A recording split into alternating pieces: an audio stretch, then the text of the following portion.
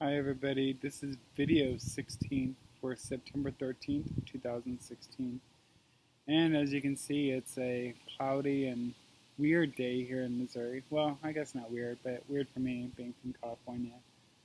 So I've been doing yard work when I should be focusing on the inside of the house, but I have the excuse that I have a contractor that is going to be doing a lot of the work, so I'm there's some painting I can do, some demolition I can do, but I'm allowing myself to relax. I've had a really long year, especially since I had my surgery in February, on February 5th of 2016. I've lost 120 pounds. I'm really happy about that. And so I kind of wanted to talk to you a little bit about hydration. And so coming from California, the area that I lived in, it would get about 110 degrees during the summer. And I'm an outdoor person. So that was my biggest concern, I think, during the bariatric journey since my stomach is going to be so small, would I be able to do rigorous outdoor activities and not suffer from dehydration by just walking 10 feet in the heat? And of course, the doctors were like, oh, yeah, you need to hydrate constantly. And but, I figured, well, that's just something I'm going to have to do. I'm going to just have the surgery. I need to have it. So, yeah. So I did. And as you know, February is before summer. So in California, I would say it started getting hot, really hot, in June. And there were days when I was working outside and I was like, oh, yeah, I need to hydrate. I am not drinking enough water, where I felt lightheaded, and you know what it's like. But now my stomach is a little bit bigger. I know it is because I can hold about a cup and a half of food. I have snakes, and so every time something crawls near me, I'm like, it's a copperhead. That's what I'm doing over here. I was digging out an old tree stump. It was buried below ground because I'm wanting to put a koi pond in there. And I keep finding baby copperheads. I found one in the drainage ditch over here and two in my yard for the house next door. And so when I was digging this, there was a copperhead, and it was a baby.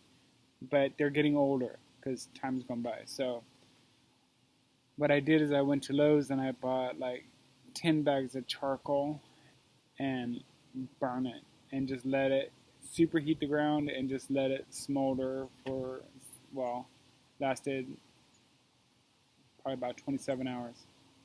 I haven't messed around there. Anyway, so getting back to hydration.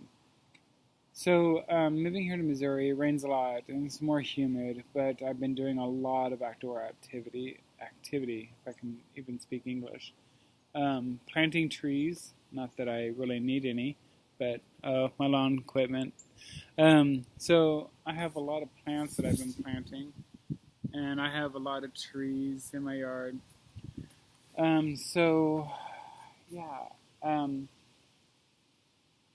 I can tell you that it was not as dramatic as I thought.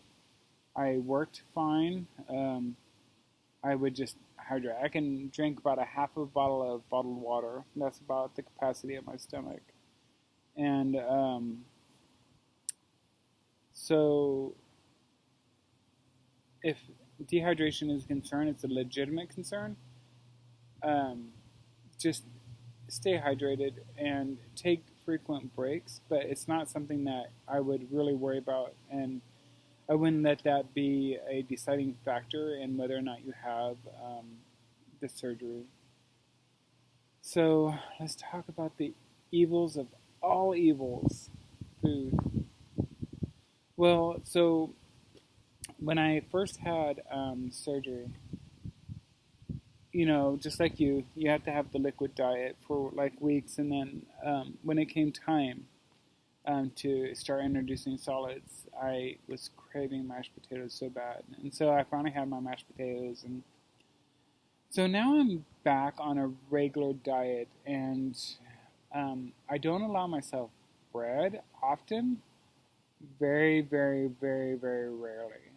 The other day I did eat a child hamburger. And I kid you not, it was like, a kid hamburger, and I felt like I was the biggest pig ever. And I ate the whole thing. I was really hungry. Oh, was I hungry. But I ate the bun, and I just felt, oh, it's like, I can't believe I did that, That was like one of my rules. And I've had pasta, not spaghetti. I've had rice. So, yeah, basically, I bet you there's like bariatric surgeons out there, and they're like, oh, dude, you're messing up your whole diet. Please don't tell me that. I may be. But you know what? Should I try to justify this? I'm being careful. I'm living my life. I feel that I over-gorged myself before. And so I had the surgery to reduce my stomach to a normal person's size so I can lose weight, but not to restrict my food, not to say, oh, I can never have this, I can never do that. It's about moderation. And to me, how I'm approaching this is my new stomach size is my moderation. It's like, okay, I know I can only have a cup of food, cup and a half, because I'm telling you, my stomach is holding it. But I'm not pushing. I'm not saying, oh, here's a cup and a half. Can I get this? Can I get a little bit more? Not like that.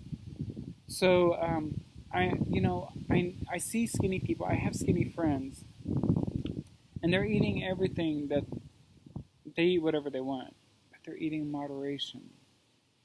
And I figured, why can't I? Why can't I just have, if I want to have a slice of pizza, just one? But I don't eat that big crust thing at the end. But I never have. So I don't know if that's part of my diet or if that's some kind of thing left over from my childhood. But, and I did have a chili dog the other day, and I had it without a bun. So, life is not about suffering.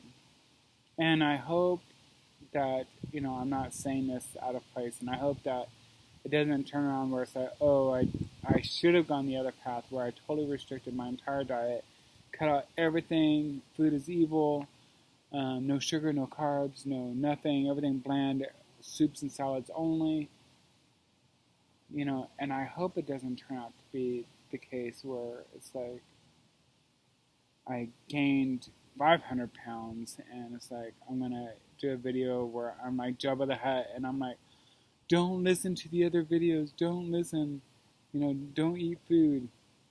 I don't think that's the case. Again, moderation. And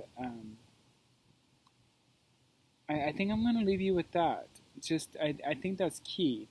But I think what's going to help is realizing what got you into that place to begin with. We all know it's an unhealthy way of thinking. That's what got you there. Whether you're in an unhealthy relationship, unhealthy family environment, depression is the key to it all. We've all been there. But I think it's safe to say that, if you're going to do this surgery, as part of your step, you have to get rid of the thing that caused you to get fat to begin with. Bad relationship, get rid of the person. Bad family, you know what? Walk away. It's okay. Have the surgery for you. You've got to be in a good place or it's not going to work. Because if those bad people, put you in a place mentally and emotionally where you ate comfort food to feel better, having surgery is not going to change that. It's not. So, be good for you. And, this is a new journey, this is a new start, and this is a new chapter in your life. And, yeah, we're in it together, right? So, just take care of you. Nobody else is, right? So, as I promised, there's a surprise video coming. I'm going to do more of these. I'm gonna try to do at least once because I kind of ramble, but I'm going to try to do one a month. So this is my September video. Then I have my October, November, and December video. So my January video is going to be something special. So share my video, copy the links, paste them on Facebook, Twitter, whatever your social media is. Hopefully what I say can be a little bit of an inspiration or motivation to somebody out there thinking about going through bariatric surgery, or they're still chubby but in a bad place. So we all started at some point, right? And we all wound up at some point. So everybody has their breaking point. So these videos, I hope, is reaching everybody, no matter what stage you're at. And just gotta love you. That's it. Be good. Eat healthy. Eat wise. Drink your fluids. Sneak a snack. That's okay. Okay, so I'll upload this video. Take care, everybody. Please subscribe. And rate my videos. Let me know how I'm doing. If there's something you want to see more of, less of my yard, let me know. I'm open to suggestions, so that's it.